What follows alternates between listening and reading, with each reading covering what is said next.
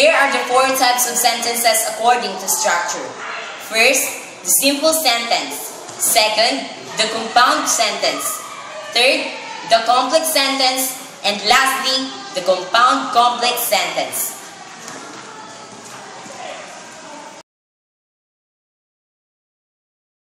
Simple sentence. It consists of only one independent clause containing a subject and a verb, and it expresses complete thoughts. Example: she ate an apple. They are sleeping.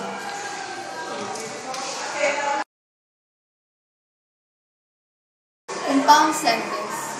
It consists of at least two independent clauses joined by coordinating conjunction. The coordinating conjunction are used to join independent clauses. For example, I like an apple, but my brother likes mango. 2. He failed two times, yet he is not disappointed.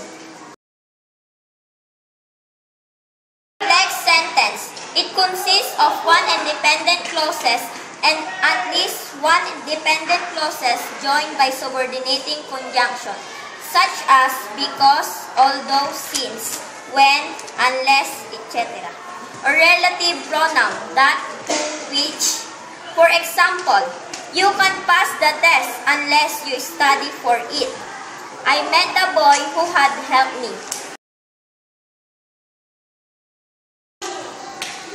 Compound complex sentence. It consists at least two independent clauses and one or more dependent clauses.